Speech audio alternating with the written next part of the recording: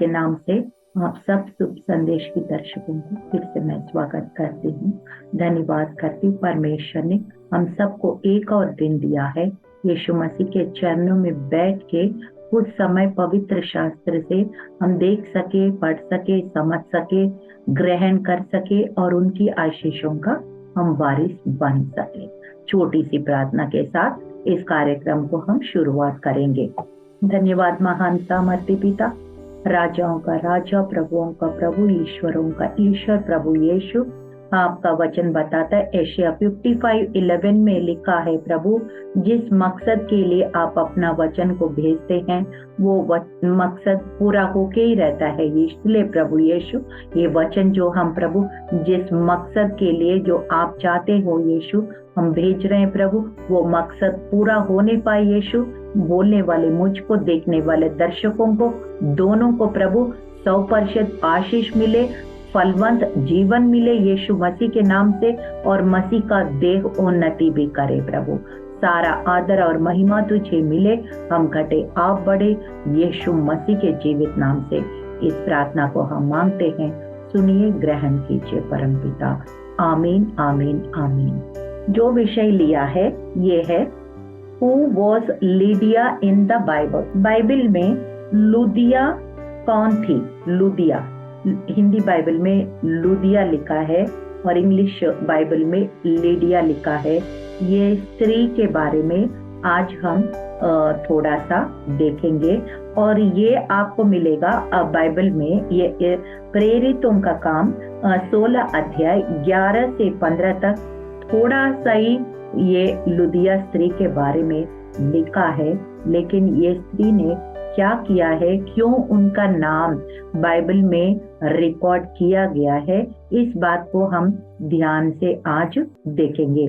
ये लुदिया नाम का स्त्री के बारे में ये 16 अध्याय प्रेरितों का, उसमें सिर्फ 2 बारी इस लुदिया स्त्री के बारे में लिखा है और फिर उसका जो काम क्या किया है इस लुदिया ने और उसके द्वारा रिवाइवल यूरोप में कैसे आया है, ये सारे हम देख रहे हैं। अभी सबसे पहले हम देखते हैं ये लुदिया स्त्री जो है ये थिएट्रा करके एक नगर से आती है, और लेकिन वहां पे हो सकता है या शादी करके आई हो या बिजनेस पर्पस के लिए आया हो, या तो रोमन उस समय परसिक्यूशन था, रोमियो का हुक्म थी उस टाइम, तो वहां से वहां लोग यहाँ से वहां जहाँ पे सताव होता था तो दूसरे जगह में चले जाते थे, उस कारण से हो सकता है।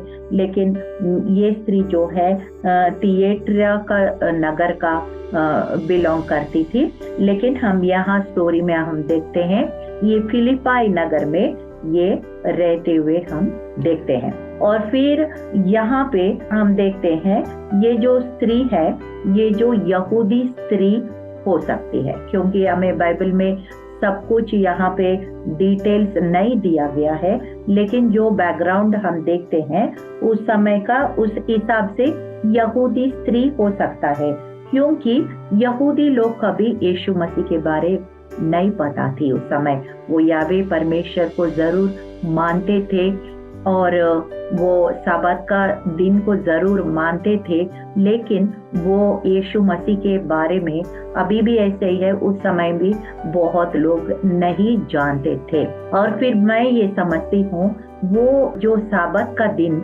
यहाँ पे सिनागॉग्स बोलते हैं ना, आराधनालय जो होता है, वो आराधनालय होना है तो कम से कम मिनिमम 10 फैमिली 10 परिवार होना कम से कम जरूरी था, तभी वो एक आराधनालय में वो मिल सकते थे। और पुरुष की संख्या भी कम से कम 10 होना जरूरी था, और वहां पे आराधनालय शायद इस नगर में नहीं था इसलिए। लेकिन ये स्त्री जो है सब्बात का दिन मानती थी, और फिर कुछ स्त्रियों के साथ वहां पे नदी के किनारे प्रार्थना करने के लिए आई थी। और पौलुस भी तिमोथीस और लूका और कुछ लोग के साथ ये पौलुस भी सेकेंड मिशनरी जर्नी में ये भी वहां पे नदी के किनारे प्रार्थना करने के लिए वो पौलुस भी उस समय आए थे।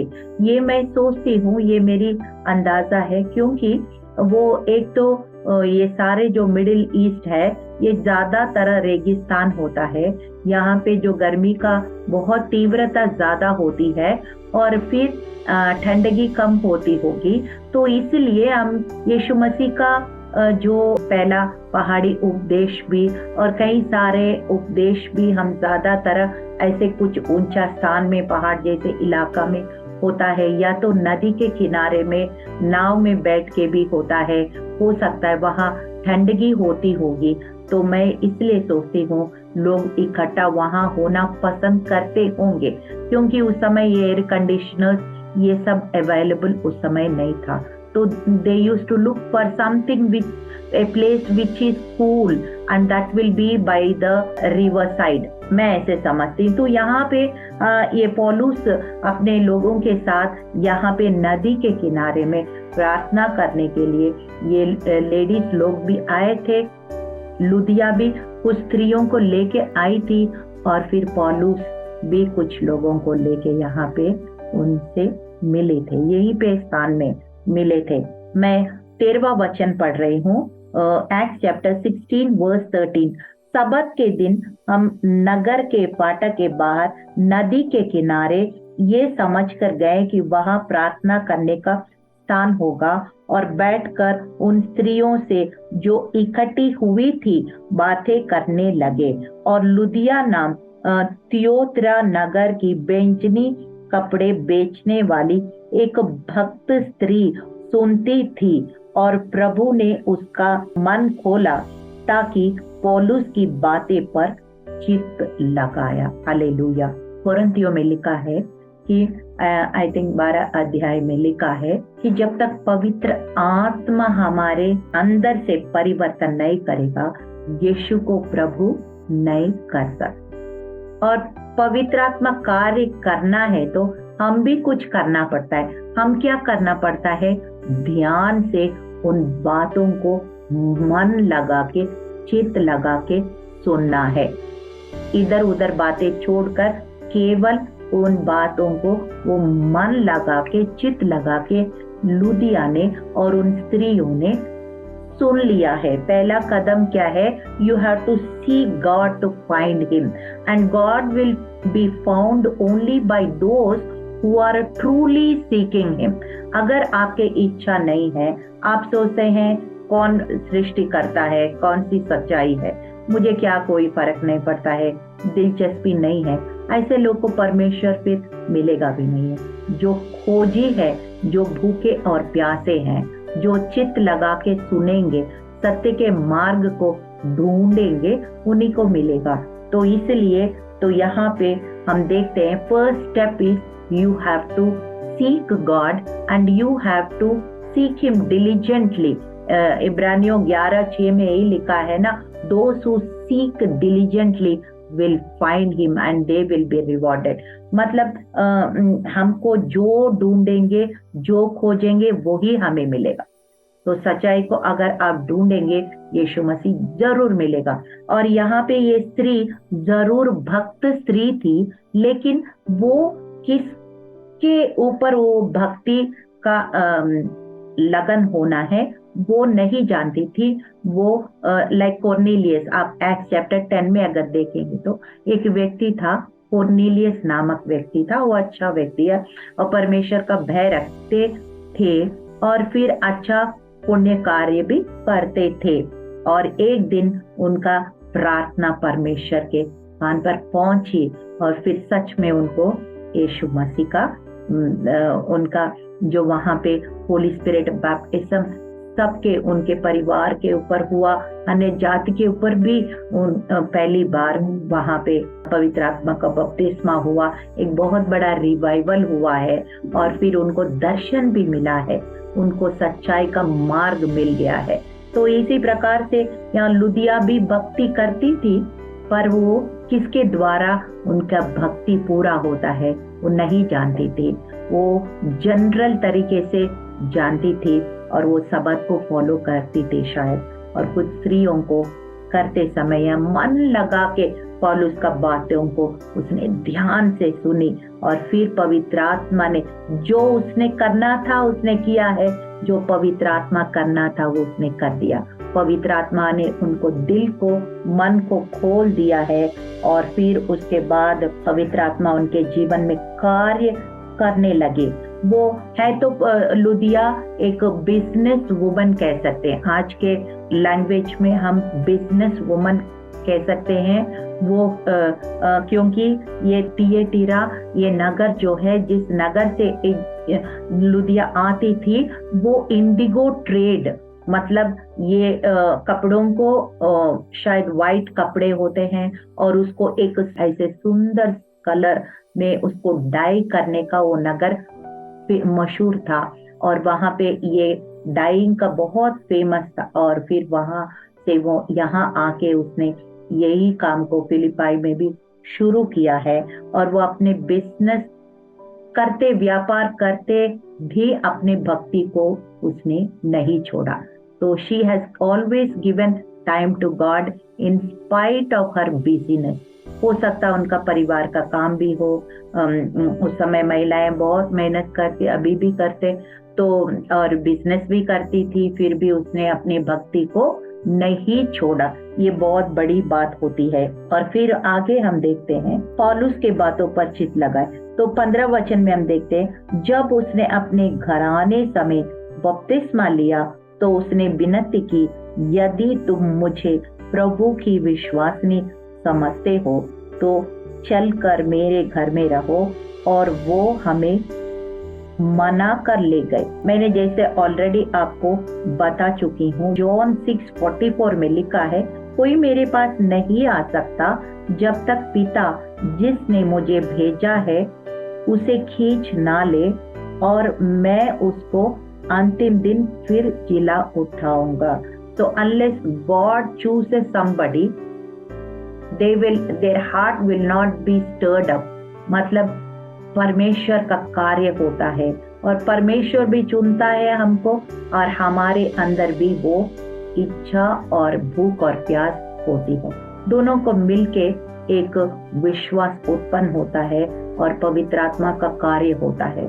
यहाँ पे लुदिया ने यीशु मसीह को ग्रहण किया, पौलुस का बात को मन और चित्त लगा के ग्रहण किया, यीशु मसीह को ग्रहण किया और बपतिस्मा भी लिया है। और सिर्फ उसने अपने आप नहीं लिया है, अपने घरानों को भी वो इस बातों में लेकर आए, इस विश्वास में लेकर आए, और पूरा घराना को भी उसने बपतिस्मा दिलाई। तो ये सब कुछ समय लगा होगा, क्योंकि बाइबल में हम एक लाइन पढ़ते हैं, but this all happened may be over a period of time, I do not know. और फिर क्या हुआ उसके बाद, वो अगला कदम कि step by step her change, the transformation, बदलाव कैसे हो रहे। पहले उसने चित लगा के सुनी, हृदय को खोला, परमेश्वर को ग्रहण किया, यीशु मसीह को ग्रहण किया, फिर उसने बपतिस्मा लिया, अपने घराना को भी उसने इस विश्वास में लाई, और उन लोग ने भी बपतिस्मा लिया। फिर अपने घर इन मिशनरी लोगों के लिए उसने खोल दिया।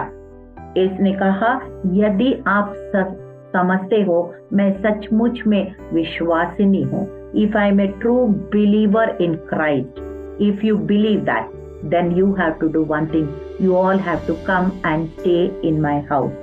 ये उसने विनती किया है कि उस समय इतने होटल्स, रेस्टोरेंट्स, लॉज ये सब नहीं होया करते थे। लोगों का घर में ही ज्यादातर अतिथि लोग को रख लिया करते थे।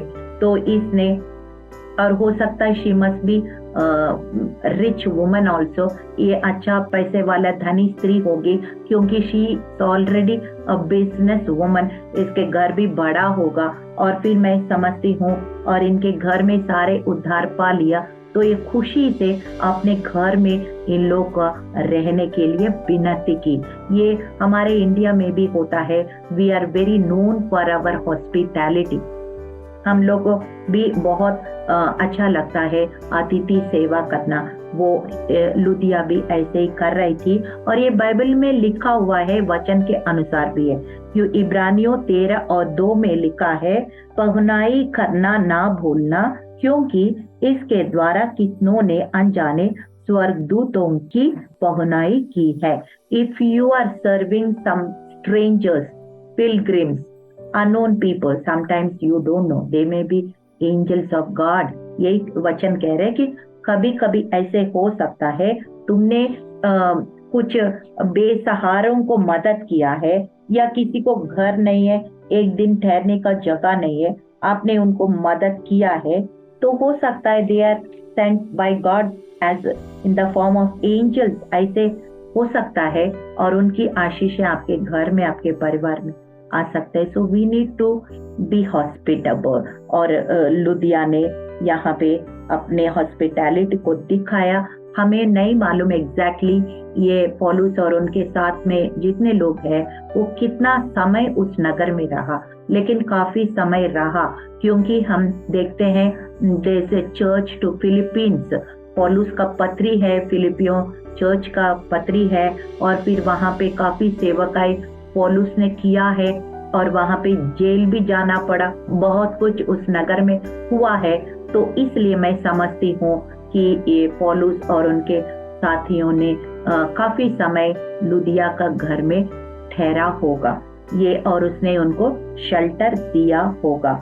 और फिर एक वचन मैं पढ़ना चाहती हूँ कि 1 Thessalonians 5:11, पहला तेसलोनियों को 5:11 में लिखा, इस कारण एक दूसरों को शांति दो और एक दूसरों को उन्नति के कारण बनो, निदान तुम ऐसा करते भी हो।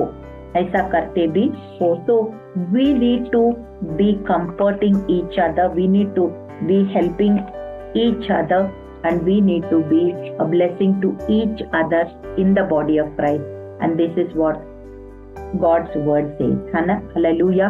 तो इसी प्रकार से हम एक दूसरों को मदद करना बहुत ही जरूरी है, क्योंकि Christian living is not just talking but it's also doing, it's always love in action. हम कितना बोल रहे हैं वो मायने नहीं रखता है, कैसे हम रह रहे वो भी बहुत मायने रखता है। और फिर हम देखते हैं बाइबल में एक और जगह में भी लिखा है, दूसरा राजा 4:10 में लिखा है, तो हम भीत पर एक छोटी उपरावटी खोटरी बनाए, और उसमें उसके लिए एक खाट, एक मेज, एक कुर्सी और एक दीवट रखें, कि जब जब वो हमारे यहाँ आए तब तब उसी में टिका करे। तो यहाँ पे शूनामाइट वुमन, एक शूनामाइट स्त्री थी, तो जो उसने देखा है एलीशा का सेवकाई उस नगर में है और बार बार उस नगर में आ रहे, तो इस स्त्री के अंदर एक सोच आया है, क्यों ना हम घर के ऊपर एक कमरा बनाएं जिसमें सिर्फ एक बेड हो, एक टेबल हो, एक चेयर हो, एक लैंप हो, इतना अरेंज करे, तो जब भी वो सेवकाई के लिए आते हैं एलीशा प्रॉफिट, वहां ठहरेंगे और फिर उनका आराम हो जाएगा, इधर उधर भटकने का जरूरत नहीं पड़ेगा। ऐसे स्त्री ने सोच के एक कमरा उसने हस्बैंड से बोल के बनवाया है, और फिर जब इनकी जरूरत थी तो उनके जरूरत उस भविष्यवक्ता के द्वारा पूरा हुआ है। You can read it in 2 Kings chapter 4। किस तरह से उनका ब्लेसिंग मिला है, जिस तरह से उनका बेटा जब डेथ होता है, जिस तरह से उनका मदद मिला है इस भविष्यवक्ता, ये सब कुछ आपको उस चैप्टर में आगे को मिलेगा। So it's always good to help people in whatever way you can. Hallelujah. और लूका 10:5-7 हम पढ़ते हैं, यीशु मसीह ने चेलों से कह रहे हैं कि जिस घर में जाओ पहले कहो कि इस घर पर कल्याण हो, यदि वो कोई कल्याण के योग्य होगा तो तुम्हारा कल्याण उस पर ठहरेगा, नहीं तो तुम्हारे पास लौट आएगा। उसी घर में रहो, जो कुछ उनसे मिले वो ही खाओ पियो, क्योंकि मजदूर को अपनी मजदूरी मिलनी चाहिए। घर घर ना फिरना। Even Jesus instructed his disciples don't roam here and there. अगर उस नगर में 1 महीने रहना है तो एक दिन वो एक घर, एक दिन एक घर, बड़ी मुश्किल हो जाएगा। आप देख लो, एक घर को चुन लो और उसी घर में जितना समय उस नगर में रहते हो वो ही रहना। अगर वो रहने का योग्य है, आपको अच्छा सा स्वीकार करेगा, तो आपका कल्याण उस घर में आ जाएगा। नहीं तो वो अगर आपको तिरस्कार करेगा तो आपका कल्याण आपको वापस आ जाएगा। इस तरह परमेश्वर ने, यीशु मसीह ने अपने चेलों को भी उसने इंस्ट्रक्शन दिया है। सेवकाई करने का इंस्ट्रक्शन जब देते हैं, आदेश देते हैं, तो उसने दिया है। तो इसी तरह से लुदिया ने अपने घर को खोला है, अपने हृदय को खोला है, अपना प्रभाव दिखा के अपने जो अड़ोस पड़ोस का, अपने परिवार का बहुत लोगों को उसने बपतिस्मा दिलाया है। और फिर उसके बाद हम देखते हैं और ग्रेट रिवाइवल, वो ईस्टर्न यूरोप जस्ट वहीं से शुरुआत होता है। तभी तक अब एशिया में ही पौलुस का जो मिशनरी जर्नी एशिया तक ही सीमित था, लेकिन अब जाके वो यूरोप को भी वहां से शुरुआत होता है, फिलिपाई से वो ईस्टर्न यूरोप। तो वहां से वो Europe, she must be the first European women who accepted Christ and who was the cause of revival in that part of the world. Europe में रिवाइवल का कारण भी लुदिया का कन्वर्जन हो सकता है। इसके बाद बहुत लोग धीरे धीरे वहां पे प्रभु में आए होंगे, वहां कलीसिया भी स्थापित हो गया होगा और पौलुस का वहां आना जाना हो रहा होगा और बहुत बड़ा परमेश्वर का सुसमाचार वहां फैलने का कारण वो बन गया। तो हम इस लुदिया स्त्री का जीवन से हम क्या देखते हैं? मैंने 3 पॉइंट्स लिखा है। People who seek God only can find him. हमारे अंदर एक ख्वाहिश और खोज होना चाहिए। लुदिया के अंदर इतना बिजी शेड्यूल के बाद भी, इतना फैमिली रेस्पॉन्सिबिलिटीज के बाद भी परमेश्वर का खोज ही थी। तभी वो सबत का दिन वो नदी के किनारे कुछ स्त्रियों को लेकर, वहां सिनेगॉग नहीं होते हुए भी, वो आराधनालय नहीं होते हुए भी, फिर भी उसने हार नहीं माना। फिर भी परमेश्वर का भक्ति करने के लिए उस स्त्रियों के साथ वहां पे भक्ति करने के लिए, सबत मनाने के लिए आई थी। तभी वहां पे पौलुस और उनके टीचिंग्स उनको मिला है, तभी वो यीशु मसीह का ग्रहण करने का कारण बनेगा। So what do you learn? You need to have that hunger and thirst for the kingdom of God and His righteousness. मत्ती 6 और 33 में लिखा है, Seek ye first the kingdom of God, His righteousness.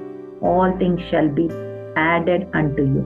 मत्ती 5 में भी लिखा, धन्य है जो भूख और प्यास रखते हैं, आत्मा का भूख रखते हैं, प्यास रखते हैं, वो तृप्त किया जाएंगे। इसलिए इस दुनिया की आशीषें सिर्फ हम तृप्त नहीं होना है, हमें परमेश्वर की आशीषें भी बहुत जरूरी है। आत्मा के अंदर वो वचन की बहुत जरूरत है, आत्मा की खुराक हमें जरूरत है। तो एक चीज हम देखा है। And next we saw she is a woman of leadership and influence. जो बिजनेस करती है, अच्छा बिजनेस करती है, तो उनको लोगों को कन्विंस करना आना चाहिए, मार्केटिंग स्किल्स बोलते। तो वही स्किल्स उसने परमेश्वर के बातों में भी उसने इस्तेमाल किया, अपने घराने को, लोगों को भी और उनके कलीग्स जो और स्त्री, इन सब को भी परमेश्वर के लाने को, अपने लीडरशिप क्वालिटीज, अपना इन्फ्लुएंस, अपना प्रभाव उसने अपने परिवार के लोगों पर दिखाया, अपने कलीग्स के ऊपर, अपने फ्रेंड्स के ऊपर दिखाया, ताकि वहां पे उनके सारे घराना बपतिस्मा लिया। इतना ही हम पढ़ते हैं, लेकिन हम देखते हैं कि उसने बहुत बड़ा एक रिवाइवल का वहां कारण हुई। तो she must be a woman of influence. Hallelujah.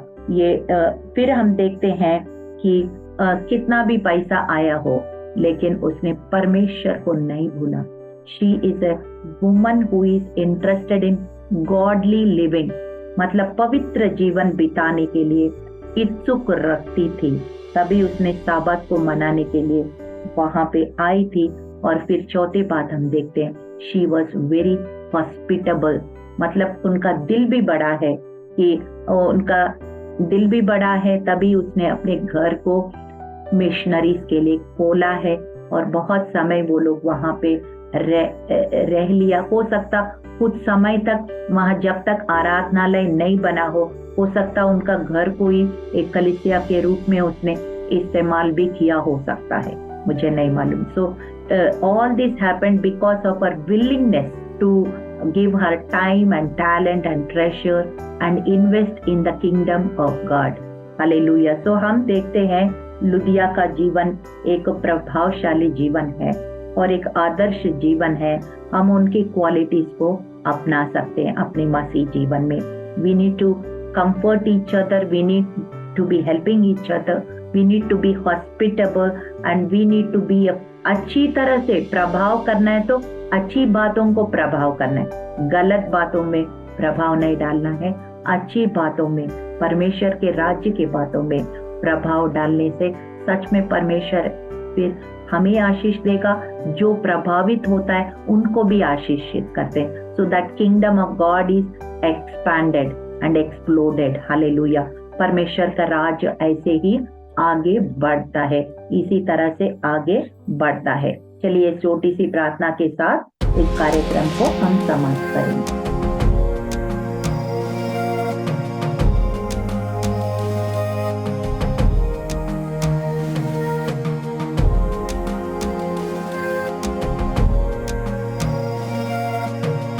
धन्यवाद प्रभु यीशु। हम लुदिया का जीवन को हम देखते हैं, बाइबल में थोड़ा सा ही उनका जिक्र है हम, लेकिन हम जानते हैं प्रभु यीशु वो एक बहुत अच्छी गुण को पाती है, बहुत अच्छा स्वभाव को रखती है। अब दिल उनकी बहुत उदारता से उसने अपने दिल को खोला है, पौलुस के बातों में चित लगाए है, अपने पूरा घराना को प्रभु में लाई है और अपने घर को भी उन परमेश्वर के राज्य के लिए खोला है। प्रभु बहुत कुछ उसने, जो कुछ उससे बनती है, स्त्री होने के नाते जो कुछ उससे बनती है वो पूरी रीति से उसने करके दिखाया है और बहुत बड़ा रिवाइवल का यूरोप में वहां पे कारण बन गई है। प्रभु यीशु हम भी प्रभु लुदिया की तरह प्रभु यीशु अब जो विश्वास में मजबूत रहें और अच्छा प्रभाव डालें दूसरों पर, और हमारे पास जो रिसोर्सेस है वो परमेश्वर के राज्य के लिए निवेश करें और परमेश्वर के राज्य को विस्तार करें प्रभु, आगे बढ़ाएं प्रभु, और तेरे आशीषों का हम वारिस बने। हम अब जब आमने सामने आपसे मिलेंगे, आपसे सुनेंगे वेल डन, ऐसे जीवन हमें दीजिए प्रभु, प्रभावशाली और एक जीवंत मसीह जीवन हम सबको दीजिए। यीशु मसीह के जीवित नाम से इस प्रार्थना को हम मांगते हैं, सुनिए, कबूल कीजिए। आमीन आमीन आमीन।